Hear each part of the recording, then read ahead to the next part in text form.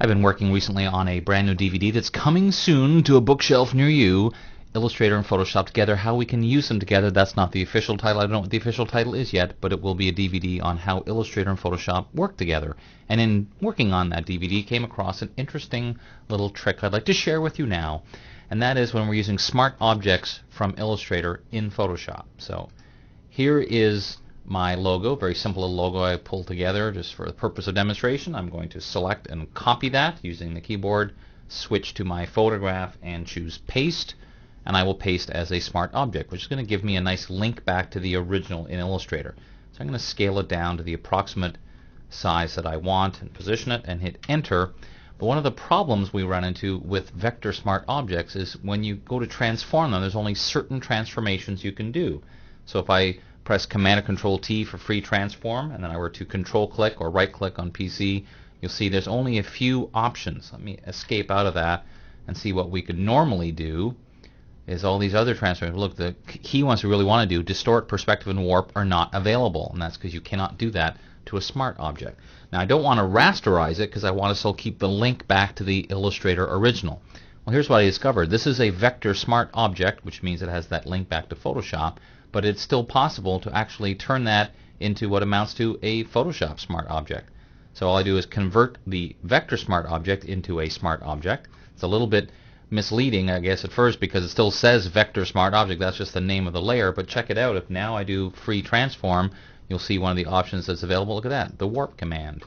So now I can go ahead and do whatever. Let's do something pretty dramatic so you can see that I have in fact made a change to it.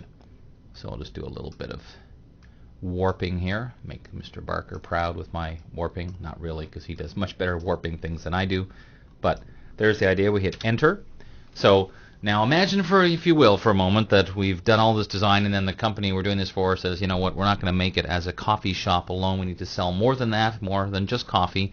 Well, normally you double click on a smart object to edit it, but check it out. In this case, you double click, that opens the vector smart object, and which you also double click to go back to Illustrator. So now I can take my type tool, change it to something, whatever that might be, close it and save it. Notice this, here's my original logo. This was a copy of it, that vector smart object. Go back to Photoshop. This one has changed, which I now close and save, which of course will change that one. So it just adds an extra little step, but a very cool one, because now it creates a live link to a smart object that we can also warp. So this is something that has some interesting possibilities when you start playing with it. Just have to remember that you've done it more than once. So you've added the Illustrator vector smart object, which you convert into a Photoshop smart object. Check it out.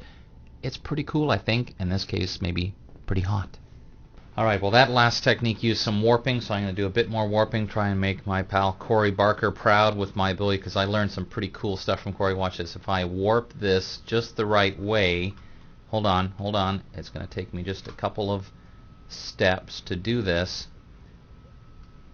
like this, and just a bit of that. No, wait, and then wait, I got to do more like this, and sure enough, look at that. Amazing what you can do with the warp tool. I'm Dave Cross. Thank you very much.